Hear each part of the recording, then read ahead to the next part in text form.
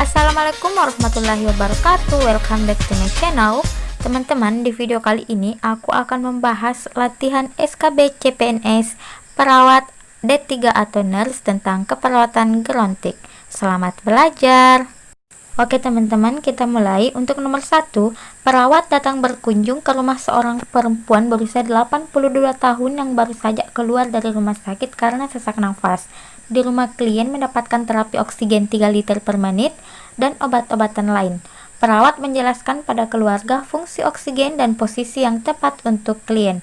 Apakah setting layanan keperawatan kasus tersebut?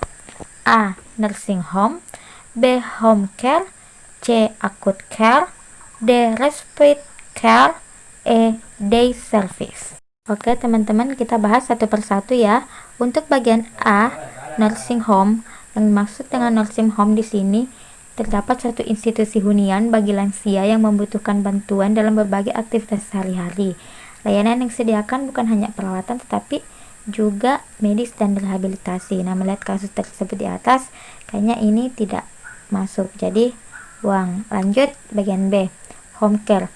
Home care adalah layanan keperawatan yang dilakukan di rumah dengan perawat dan petugas kesehatan lainnya yang datang berkunjung. Nah, ini bagian B bisa masuk, kita simpan ya teman-teman. Kemudian lanjut bagian C, acute care. Acute care adalah layanan keperawatan pada kondisi akut. Biasanya dilakukan di rumah sakit ataupun poliklinik. Nah, di sini sudah jauh dari kasus, jadi kita singkirkan lagi untuk bagian C. Kemudian bagian D, respite care. Respite care adalah layanan keperawatan berupa tempat singgah bagi lansia yang dititipkan oleh caregiver sementara waktu dalam hitungan hari minggu. Jadi ini juga tidak masuk dalam kasus tersebut. Kemudian untuk bagian E, day service. Nah, day service adalah layanan yang dilakukan pada siang hari, di mana lansia datang pada pagi hari dan pulang pada sore hari.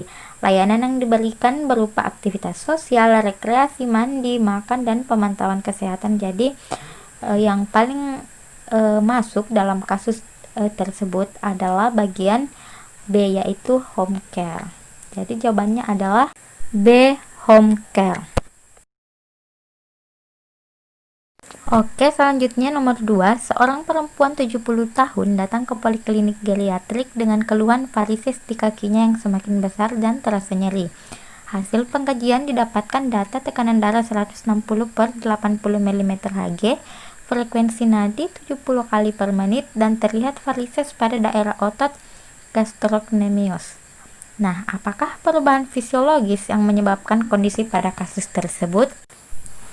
A. Kekakuan otot jantung, B. Penebalan otot ventrikal jantung, C. Hilangnya elastisitas pembuluh darah vena, D. Arteri koroner mengalami penurunan aliran darah, E. Serat otot jantung yang digantikan dengan jaringan ikat.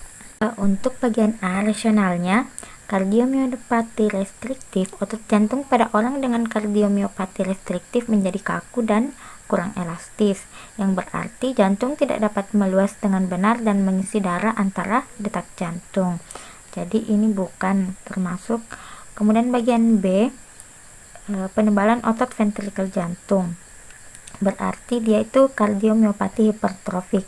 Nah, jenis ini melibatkan penebalan abnormal otot jantung Anda, terutama yang mempengaruhi otot tulang pompa utama jantung pada manusia bagian ventrikal kiri. Nah, kalau untuk bagian C, hilangnya elastisitas pembuluh darah vena, rasionalnya itu kekenyalan atau elastisitas pembuluh darah pada lansia baik vena maupun arteri mengalami penurunan. Nah, sehingga aliran balik darah ke jantung seringkali terbendung dan terlihat berupa penonjolan pembuluh darah atau dikenal sebagai varises. Nah, ini jawaban yang benar bagian C. Namun kita lanjut penjelasan untuk bagian D, arteri koroner mengalami penurunan aliran darah. Nah, kalau untuk bagian D, oksigen yang dibawa oleh darah melalui arteri koroner bisa mengalami penyumbatan oleh berbagai hal, contohnya penimbunan lemak. Hal tersebut bisa menyebabkan penyakit pada jantung. Kemudian untuk bagian E, serat otot jantung yang digantikan dengan jaringan ikat. Nah, rasionalnya seperti ini. Jaringan otot atau muscle tissue terdiri dari sel-sel yang berbeda-beda, mengandung protein kontraktil. Struktur biologi dari protein ini membangkitkan tekanan yang dibutuhkan untuk kontraksi seluler yang menimbulkan gerakan di antara organ tertentu dan tubuh sebagai satu kesatuan. Nah, sel-sel otot sangat berkembang dalam fungsi kontraktil tetapi tidak untuk konduktivitas atau penghantaran. Nah, jadi jawaban yang paling benar adalah bagian C, yaitu hilangnya elastisitas pembuluh darah vena. Oke teman-teman. Next, nomor 3, saat melakukan kunjungan rumah, perawat bertemu seorang laki-laki berusia 62 tahun mengeluh pusing, telinga berdengung, penglihatan kabur, dan rasa berat di tengkuk. Hasil pengkajian genogram didapatkan data orang tua klien meninggal karena serangan stroke. Apakah pemeriksaan fisik yang tepat dilakukan pada kasus tersebut? A. Mengukur JVP, B. Mengukur tekanan darah, C. Menginspeksi area dada, D. Menghitung frekuensi nafas, E. Melakukan tes Rine dan Swabatch. Nah, jawaban yang paling benar adalah bagian B. Mengukur tekanan darah. Nah, dalam melihat kasus di atas, pasien mengeluh pusing, telinga berdengung, penglihatan kabur, dan rasa berat di tengkuk itu biasanya merupakan tanda-tanda hipertensi. Jadi, pemeriksaan fisik yang tepat pada kasus tersebut adalah bagian B, yaitu mengukur tekanan darah. Karena rasionalnya seperti ini. Tekanan darah adalah tekanan darah pada arteri saat itu dipompa ke seluruh tubuh oleh jantung. Tekanan darah tinggi atau hipertensi biasanya tidak memiliki gejala, tetapi dapat menyebabkan masalah kesehatan yang serius. Kemudian untuk mengukur JVP, rasionalnya itu seperti ini. JVP kan adalah jugular venous pressure atau tekanan vena jugularis. Nah, gambaran JVP itu tekanan pada atrium dextra dan tekanan diastolik pada ventricle dextra. Pulsasi pada vena jugularis dapat menyatakan abnormalitas konduksi dan fungsi katup tricuspidalis. Jadi JVP itu menggambarkan volume pengisian dan tekanan pada jantung bagian kanan. Tekanan vena jugularis sama dengan level yang berhubungan dengan tekanan pada atrium kanan atau vena sentral. Kemudian untuk bagian C, menginspeksi area dada. Rasionalnya seperti ini. Cara inspeksinya itu dilakukan dengan memperhatikan posisi dari denyut apex jantung dan menyatakan titik terendah dan terluar daripada pulsasi jantung maksimal. Pada orang coba terlihat adanya denyutan di daerah apex ictus cordis. Jantung terlihat pada apex yang terletak pada interkostal 5 dan garis tengah clavicular. Pada orang gemuk, inspeksi denyut apex sulit dilakukan karena otot yang tebal dan lapisan besar pada otot, sehingga denyutannya tidak sampai ke permukaan dan sulit untuk diamati. Kemudian cara menghitung frekuensi nafas adalah menghitung jumlah napas yang dilakukan dalam kurun waktu selama 1 menit penuh. Satu hitungan napas terdiri dari satu siklus nafas, yaitu inspirasi dan ekspirasi. Normal frekuensi nafas pada lansia adalah 18-30 kali per menit. Kemudian untuk bagian E, melakukan tes Rine dan Swabatch. Ini itu untuk melakukan tes pendengaran klien. Nah, jadi sudah jelas ya teman-teman, jawaban yang paling benar adalah bagian B, mengukur tekanan darah.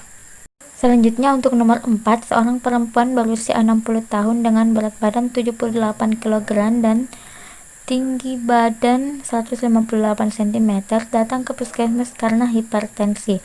Hasil pengkajian didapat klien mengatakan tidak menyukai masakan bersantan dan asin, tidak merokok, dan tidak minum kopi.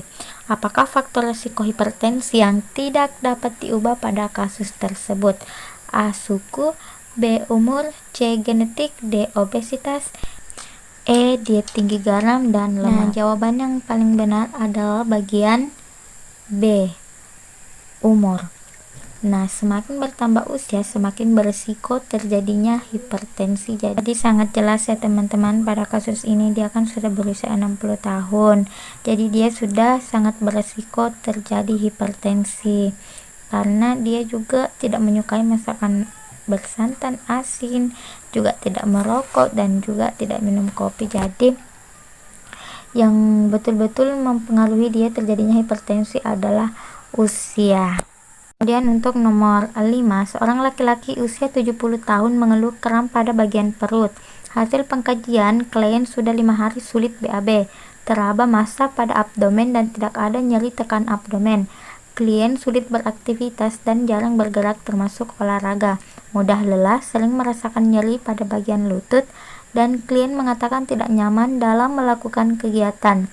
Apakah masalah keperawatan pada kasus tersebut? A. Kerusakan mobilitas fisik. B. Gangguan rasa nyaman. C. Intoleransi aktivitas. D. Nyeri akut. E. Konstipasi. Analisisnya sih kalau menurut saya ya teman-teman, di sini kan sudah terlihat 5 hari sulit BAB, kemudian ada terasa massa pada abdomen, namun tidak ada nyeri tekan pada abdomen. Jadi masalah keperawatan yang paling penting di sini harusnya kita atasi adalah bagian konstipasi. Kalau yang lain sih klien sulit beraktivitas itu kan bisa diasah, kemudian nyerinya juga di sini sudah tidak jelas skala berapa. Jadi jawaban yang paling benar adalah bagian E, konstipasi. Oke teman-teman, demikian untuk video kali ini, mudah-mudahan dapat bermanfaat buat teman-teman. See you next video.